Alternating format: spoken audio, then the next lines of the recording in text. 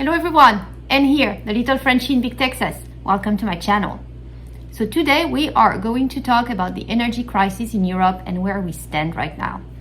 Because it's been headlines for over a month in most European newspapers. Of course, I'm reading the French ones, but it reflects the situation everywhere else in Europe, and France might not be the worst country here. We had a bit of a break, a few days with the death of the Queen in the UK that went up on the headlines, but as soon as buried, it's back on. So we had in France, the Prime Minister made two speeches on energies, one in the last few days, and the previous one was, I believe, 3 to 4 weeks ago, pretty much calling for frugality. Be ready, decrease your consumption of energy for the winter, whether you are somebody living in a house, an apartment, or a company. Pretty much across the board, you have to be frugal, decrease the temperature everywhere you are, put warm clothes on, and so on. And to be honest, it kind of almost took me not by surprise, but I was not expecting France to be that badly hit. Just because 70% of our electrical power in France is coming from nuclear. So we are not that dependent from gas. It's less than 10%, and not all of the 8% are coming from Russia. One of the main suppliers is Norway. And right now the government is also trying to negotiate another agreement with Algeria, North Africa. So we're not that dependent on the natural gas. And we heavily rely on nuclear for electricity. 70%, the rest we have some wind energy off the Atlantic Ocean.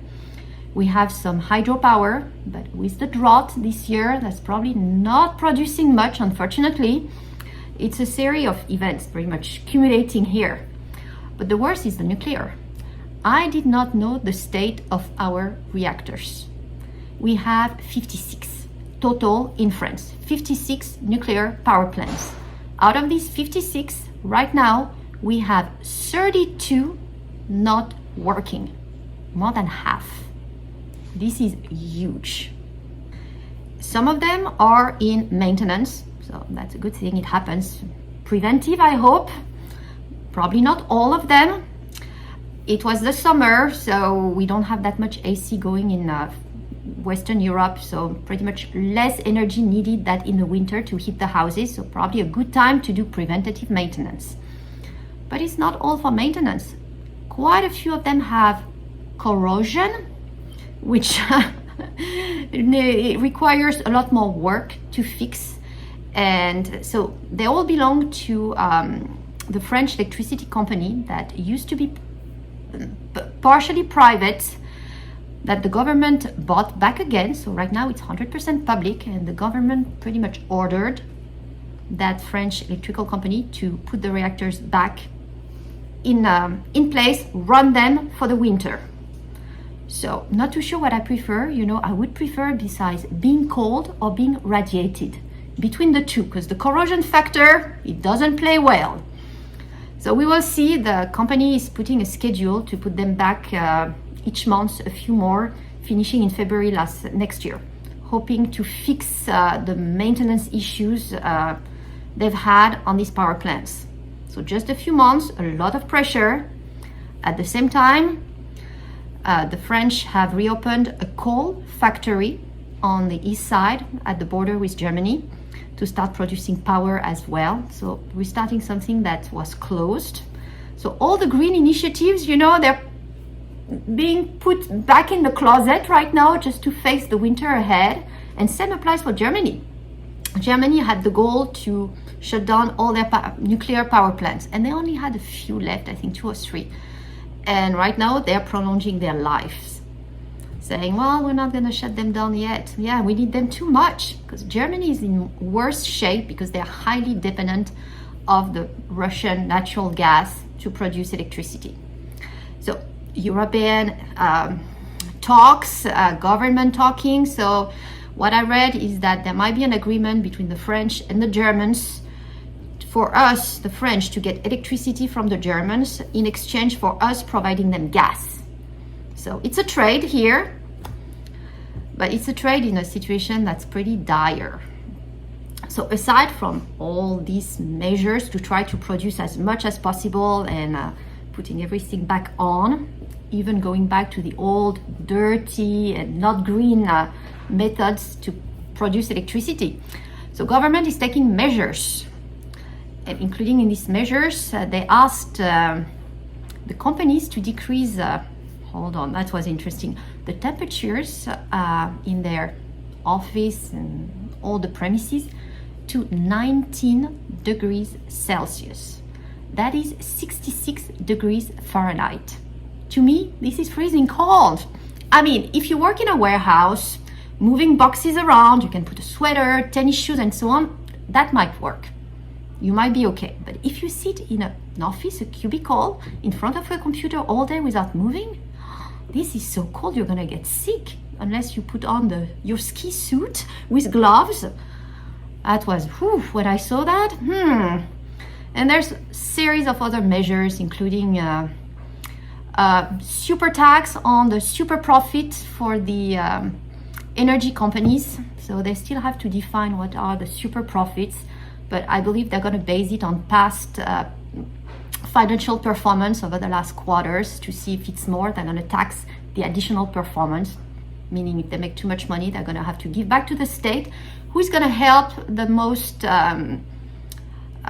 the family that have less money, pretty much. More subsidies. They're trying to cap as well the price increases on electricity, because right now it's going up everywhere in Europe. Some prices have increased by fivefold for some households. So that's a lot, you know, when you go from 50 euros to 250 per month for your electrical bill, it's a lot. And I mean, every day I read some example of what's going on in the news. So the last one I saw, because I'm a swimmer, so I saw the swimming pool there. Well, they're closing swimming pools as well, because it takes a lot of energy to heat them up, heat the water, the facility, and they closed about 20 of them right now across France. And we are, I mean, early September, you know, it was early September, late August they did that. So still very warm. I can't imagine how it's going to be when it's actually going to get cold in the winter. They're all going to be closed because it takes too much energy and it costs too much to heat them up. They usually belong to the cities, local municipalities that won't have the money to do it. Just an example. Same for public transportation in Paris. All the trains, subways, and so on, they're already saying that they won't be able to afford heating up, so they're trying to find ways to recoup money without having to increase the ticket price too much for the users.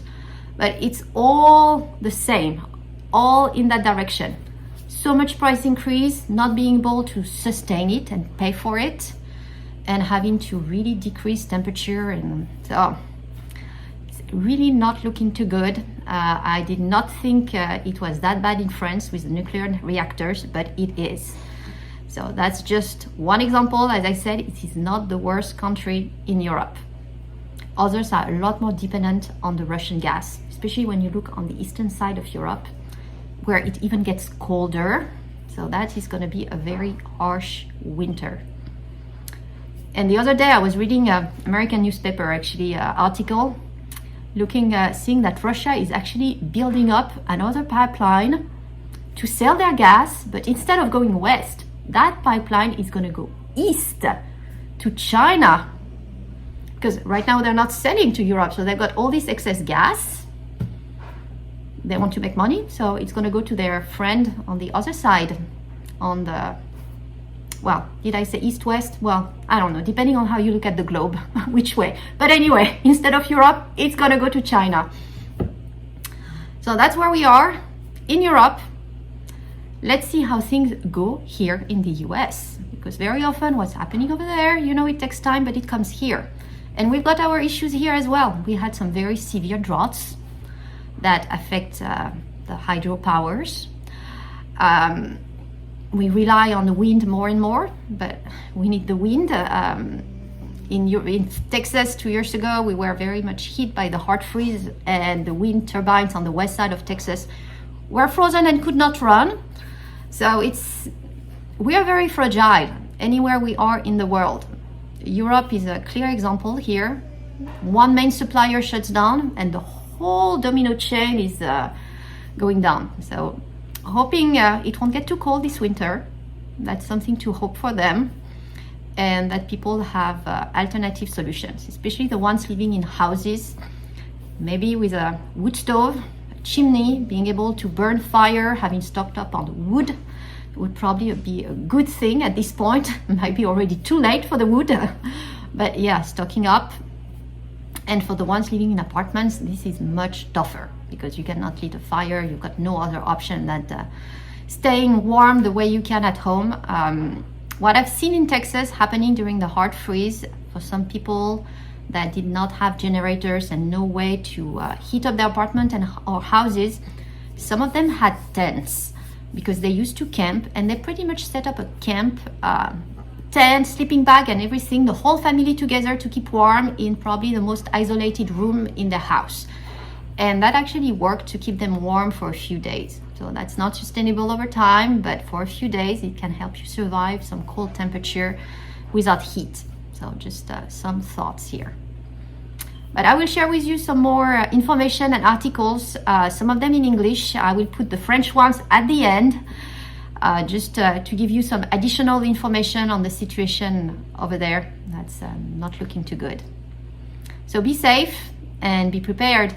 Thank you all for watching. Interesting article here about our 32 out of 56 nuclear reactors currently shut down due to stress corrosion and small cracks in cement works. Doesn't sound good. Shut down probably 12 more, while others are already shut down for maintenance. So not too good. And there are a timeline to reopen them up to February. Some numbers here with the price going from 100 euros to 900 euros. Electricity prices. Look at that, folks.